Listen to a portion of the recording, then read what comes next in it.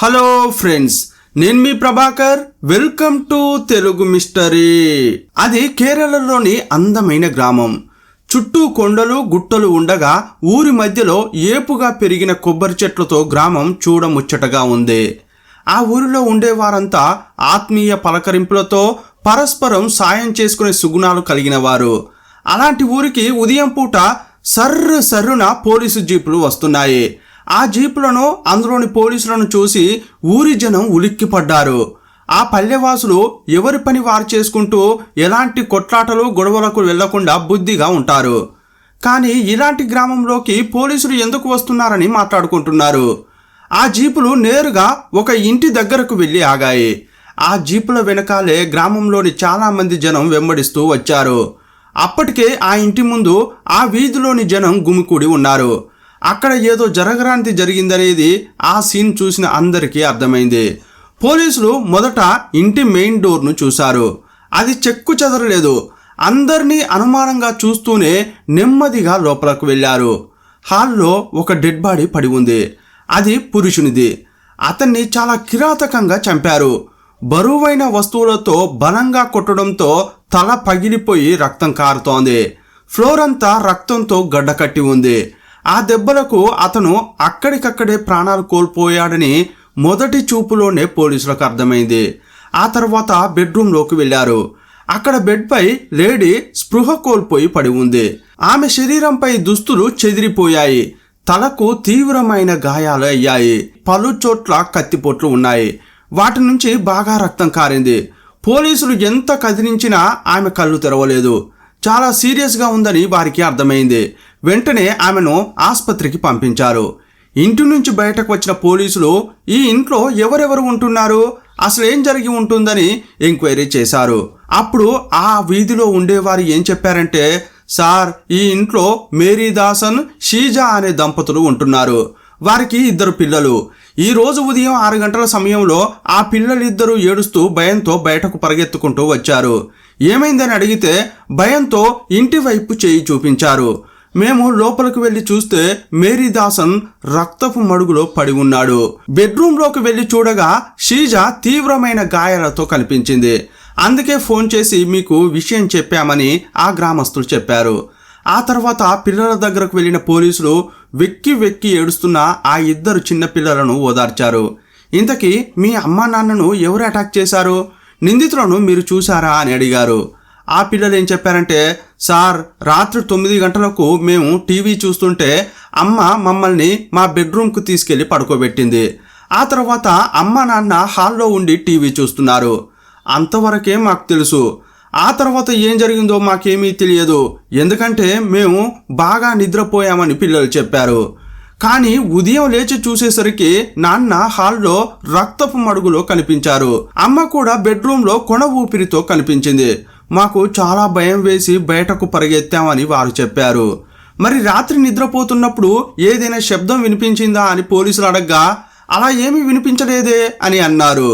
మళ్ళీ పక్కింటి వారిని పిలిచి ఈ ఇంటి నుంచి రాత్రిపూట ఏవైనా శబ్దాలు వినిపించాయా అని అడిగితే మాకు కూడా అరుపులో దాడి చేసిన శబ్దాలు వినిపించలేదని చెప్పారు. అసలు ఏం జరిగి ఉంటుందా అని పోలీసులు పలు విధాలుగా ఆలోచిస్తున్నారు. ప్రస్తుతం చావు బతుకుల మధ్య ఉన్న షీజా ఇచ్చే స్టేట్మెంట్ ఈ కేసును ఛేదించడానికి అత్యంత కీలకం. ఆలోపు పోలీసులు ఆ ఇంటిని జల్లెడబెట్టారు.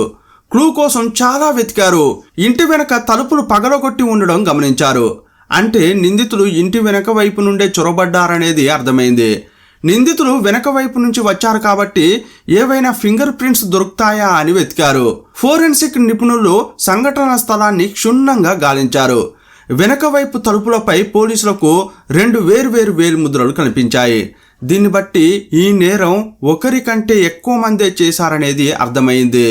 ఏ నేరానికైనా ఒక బలమైన కారణం ఉంటుంది. ముఖ్యంగా హత్య వంటి ఘోరమైన నేరం వెనుక స్పష్టమైన ఉద్దేశం ఉంటుంది. పోలీసులు ఇల్లంతా వెతకగా ఈ నేరానికి ప్రధాన కారణం దోపిడీ అని అర్థమైంది. ఇంట్లోని నగదు మాయమయ్యాయి. అంతేకాకుండా కొన ఊపిరితో ఉన్న షీజాను ఆసుపత్రికి తరలించినప్పుడు ఆమె శరీరంపై ఉండాల్సిన గొలుసు, కమ్మలు, ఉంగరాలు కనిపించడం లేదని నైబర్స్ చెప్పారు. దీనంతటిని బట్టి చూస్తే హంతకులు దొంగతనం కోసం వచ్చి ఉంటారని అంచనా వేశారు. సాధారణంగా దొంగలు మొదట దొంగతనమే ప్రధాన ఉద్దేశంగా లోపలకు చొరబడతారు. అక్కడ ఉండే అవకాశాన్ని బట్టి మరో నేరానికి పాల్పడుతుంటారు. అదే ఇక్కడ కూడా జరిగి ఉంటుందని దొంగతనం కోసం వచ్చిన వారు ఆ ఇంట్లో ఉన్న షీజాను చూసి వంకర బుద్ధితో ఆలోచించి ఉండవచ్చని పోలీసులు అనుకున్నారు. ఇంకోవైపు షీజాను పరిశీలించిన వైద్యులు ఆమె కోమాలోకి వెళ్ళిందని, బతికే అవకాశాలు చాలా తక్కువగా ఉన్నాయని చెప్పారు. కానీ ఆమెపై అత్యాచారం జరిగిందని నిర్ధారించారు. సీమెన్ నుంచి నిందితులకు సంబంధించిన DNA శాంపిళ్లను కూడా సేకరించారు. షీజా కోలుకున్న తర్వాత అసలు ఏం జరిగిందో మొత్తం చెబుతుందని, నిందితులను ఈజీగా పట్టుకోవచ్చని పోలీసులు అనుకున్నారు. కానీ ఇప్పుడు ఆమె కోలుకోవడానికి ఎంతకాలం పడుతుందో తెలియదు. అసలు కోమాలో నుంచి బయటకు వస్తుందో రాదో కూడా తెలియని పరిస్థితి. అందువల్ల పోలీసులు ఇంకా ఆలస్యం చేయకుండా రంగంలోకి దిగారు. నిందితులను పట్టుకోవడానికి వేటను ప్రారంభించారు. మొదట బంధువులు, చుట్టుపక్కల వారిని కలిసి ఈ కుటుంబానికి శత్రువులు ఎవరైనా ఉన్నారా అని అడిగారు. వీరి ఇంట్లో నగలు, డబ్బులు ఉన్నాయని ఎవరెవరికి తెలుసు అనే కోణంలో కూడా విచారణ జరుగుతోంది. కానీ ఎంతో అన్యోన్యంగా ఉంటున్న ఒక కుటుంబం చిన్న భిన్నమైంది. ఇంతకీ ఆ కిరాతకులు ఎవరు? కేవలం దొంగతనం కోసమే ఆ ఇంటికి వచ్చారా? వేరే ఉద్దేశం ఏమైనా ఉందా? ఎన్నో ప్రశ్నలు, మరెన్నో మలుపులు వెరసి నమ్మలేని నిజాలను ఈ కేసులో తెలుసుకుందాం.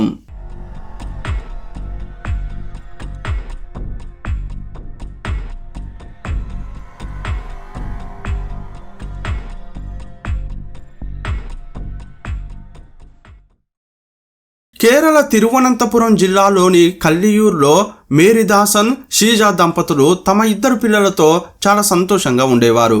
మేరీదాసన్కు 45 ఏళ్ళు, షీజాకు 40 ఏళ్ళు.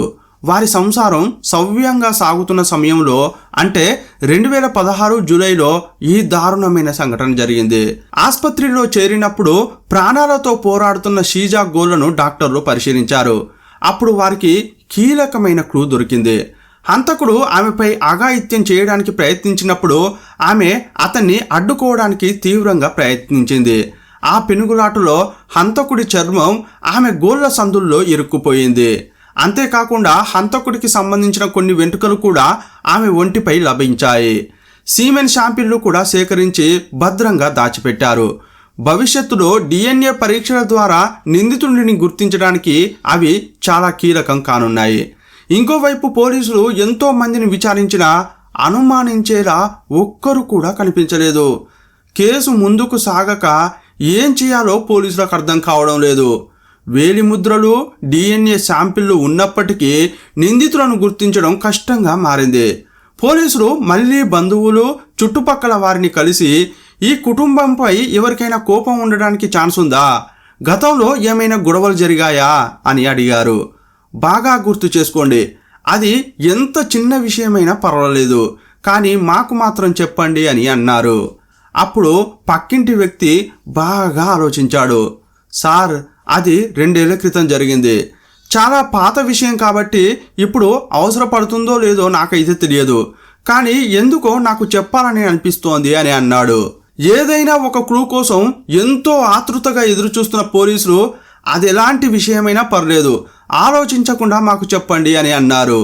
అప్పుడు ఆ వ్యక్తి ఏం చెప్పాడంటే, సార్, మేరీదాసన్ ఇంటికి ఎదురుగా బిను అలియాస్ అనిల్ కుమార్ అనే వ్యక్తి ఉండేవాడు. అతనికి భార్య, 2 పిల్లలు ఉండేవారు. మేరీదాసన్ దంపతులకు కూడా 2 పిల్లలు కావడంతో ఆ పిల్లలు ఈ పిల్లలు కలిసి ఆడుకునేవారు. ఆ ఇంటి పిల్లలు ఈ ఇంటికి, ఈ ఇంటి పిల్లలు ఆ ఇంటికి వెళ్ళేవారు. 2 కుటుంబాల మధ్య స్నేహభావం పెరిగింది. ఈ ఇంట్లో చేసుకునే పిండి వంటలు ఆ ఇంటికి, ఆ ఇంట్లో చేసుకునే ప్రత్యేకమైన వంటకాలు ఈ ఇంటికి ఇచ్చి పుచ్చుకునేవారు. ఒకరోజు బిను ఇంటికి ఆడుకోవడానికి వెళ్ళిన పిల్లలు ఎంతకీ రాకపోవడంతో వారిని తీసుకురావడానికి షీజా వెళ్ళింది. అప్పుడు పిల్లలు దాగుడు మూతలు ఆడుతున్నారు. సరదాగా వారితో కలిసి ఆమె కూడా ఆడుతుంటే ఆ ఇంట్లో ఒక మూలన ఉన్న పెద్ద పెద్ద రాడ్లు, మరికొన్ని వస్తువులను చూసి ఆమె గజ్జున వణికింది. ఎందుకంటే అవి తాళాలను పగలగొట్టడానికి ప్రత్యేకంగా తయారు చేసిన వస్తువుల్లా ఉన్నాయి. ఆ వస్తువులను చూసిన తర్వాత బిను చాలా ప్రమాదకరమైన వ్యక్తిలా ఉన్నాడే అని షీజా భావించింది. ఎందుకో ఆ కుటుంబంపై అనుమానం కలిగింది. ఇన్నాళ్ళు క్లోజ్గా మూవ్ అయిన వారందరితో ఇంతకు ముందులా ఉండలేకపోయింది. పిల్లలను కూడా వారి ఇంటికి ఆడుకోవడానికి పంపడం మానేసింది. ఒకరోజు మేరీదాసన్ పని మీద బయటకు వెళ్ళినప్పుడు ఇంట్లో షీజా ఒంటరిగా ఉంది. అప్పుడు సడన్గా ఆమె ఇంట్లోకి బిను వచ్చాడు. ఇతడెందుకు వచ్చారా అని మనసులో అనుకుంది. అతన్ని చూడగానే ఆమె గుండె జల్లుమంది, కాళ్ళు చేతులు వణికిపోతున్నాయి. అతడు నెమ్మదిగా దగ్గరగా వస్తున్నాడు.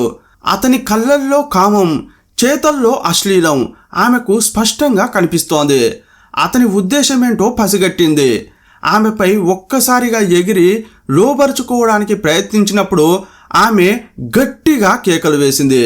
ఆ అరుపులు కేకలు విని ఇరుగు పొరుగు వారు వచ్చి బినును పట్టుకున్నారు. ఒంటరిగా ఉన్న ఆడదానిపై అత్యాచారం చేయాలని చూస్తావా అని దేహశుద్ధి చేశారు. అమ్మలక్కలు చీపిరి కట్టలకు పని చెప్పారు. ఇదంతా బినుకు అవమానంగా అనిపించింది. ఇంతలా అవమానం జరిగిన తర్వాత ఈ ప్రాంతంలో ఉండకూడదని బిను ఇల్లు ఖాళీ చేసి వెళ్ళిపోయాడు. కానీ వారు ఎక్కడికి వెళ్లారో మాకు తెలియదు అని ఆ పొరుగింటి వ్యక్తి పోలీసులకు అంతా చెప్పాడు. ఇది పోలీసులకు మంచి క్లూనే.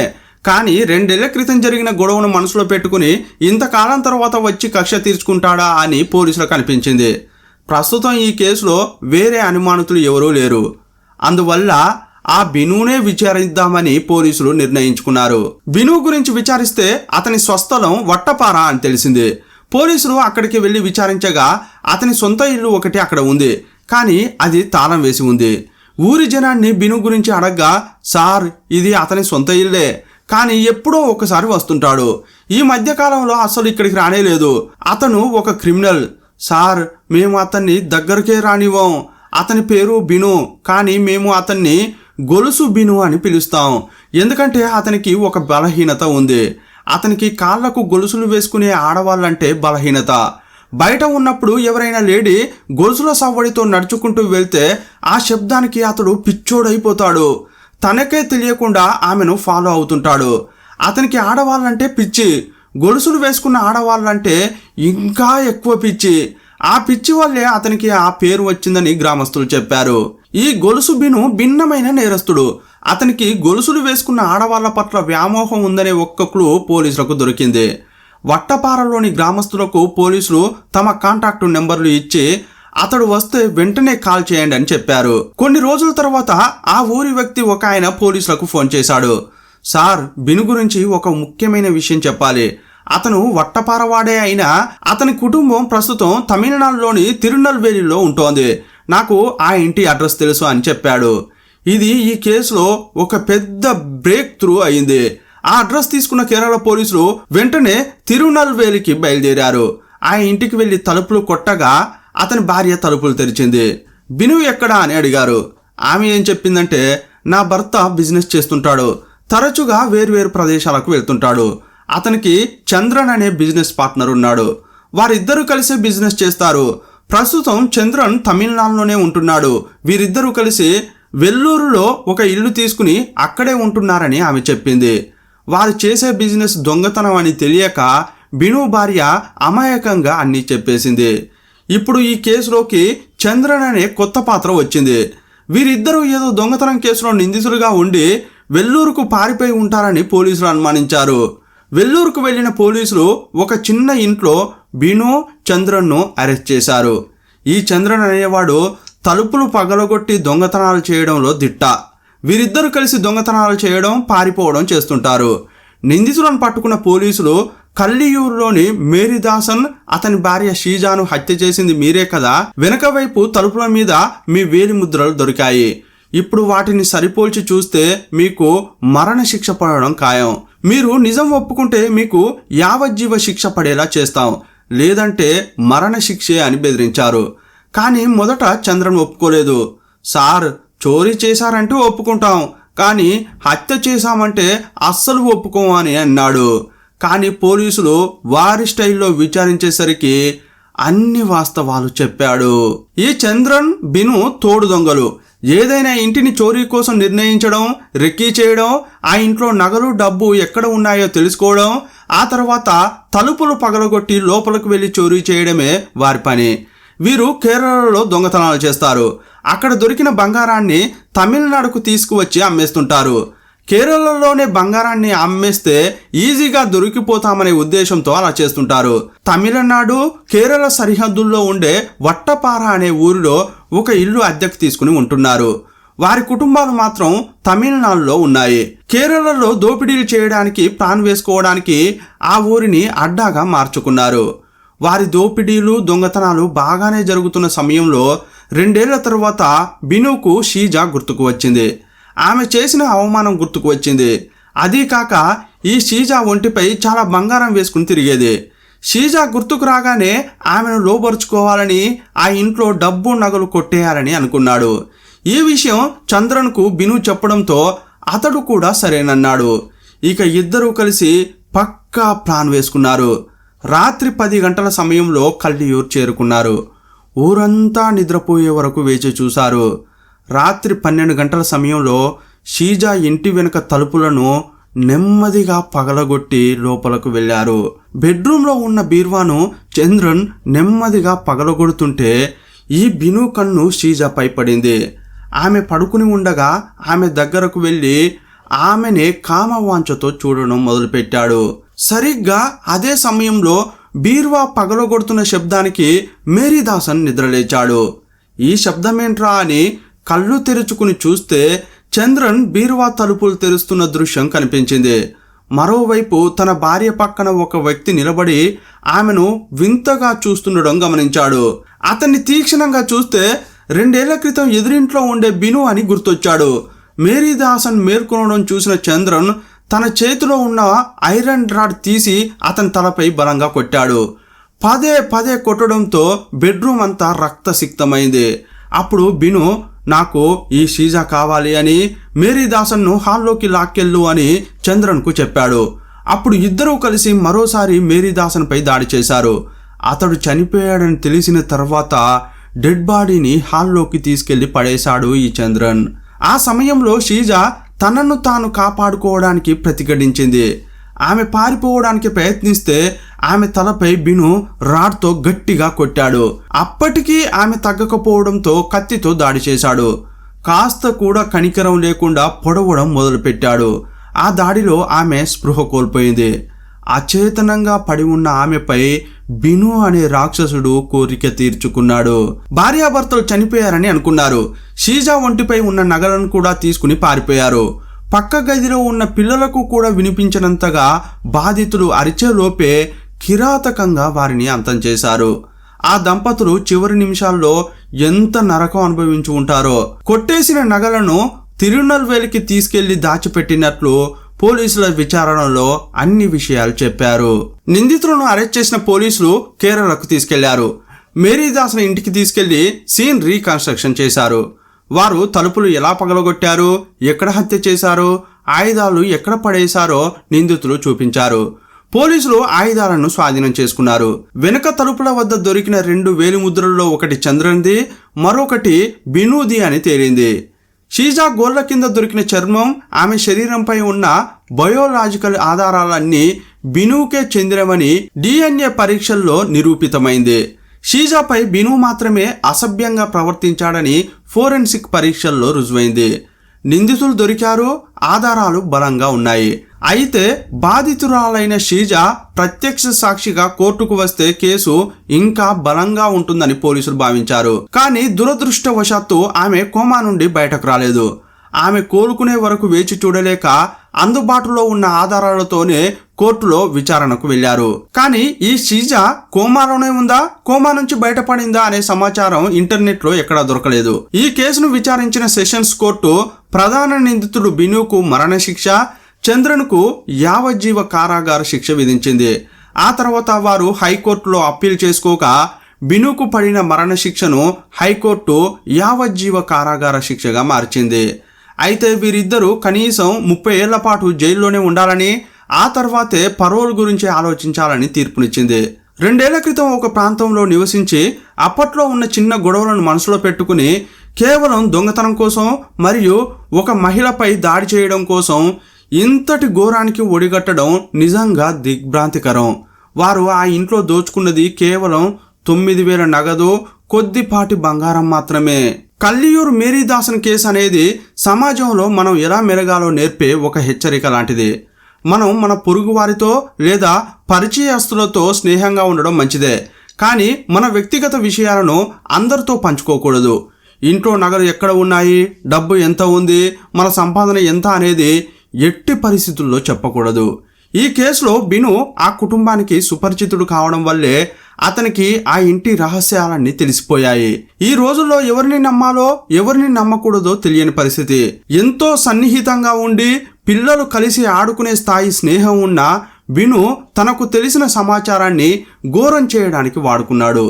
శత్రువు ఎక్కడో ఉండడు, మన మధ్య స్నేహితుడులా తిరుగుతుండవచ్చు అనే చేదు నిజాన్ని ఈ కేసు గుర్తు చేస్తుంది.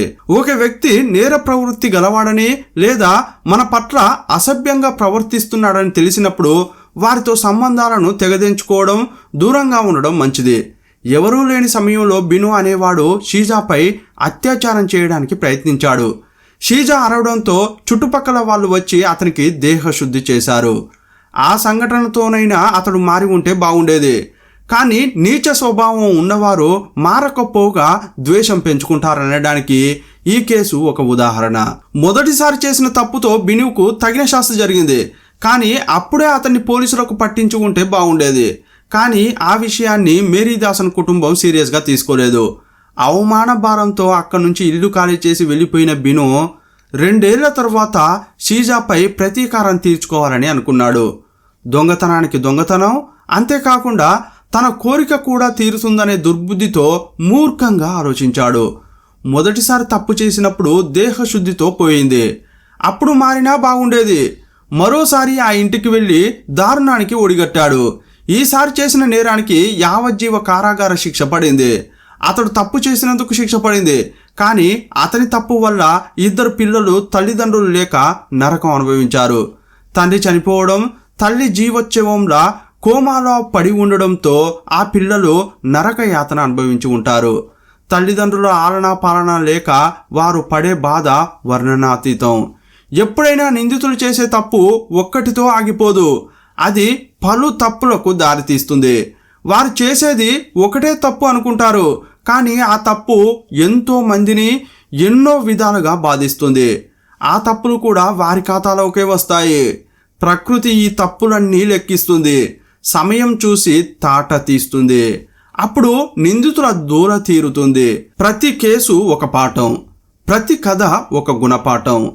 అన్నీ తెలుసుకుందాం, అప్రమత్తంగా ఉందాం. ఈ కేసుపై మీ అభిప్రాయం ఏంటో కామెంట్ బాక్స్లో రాయండి. మరో వీడియోలో మళ్ళీ కలుసుకుందాం. అప్పటి వరకు సెలవు. జై హింద్.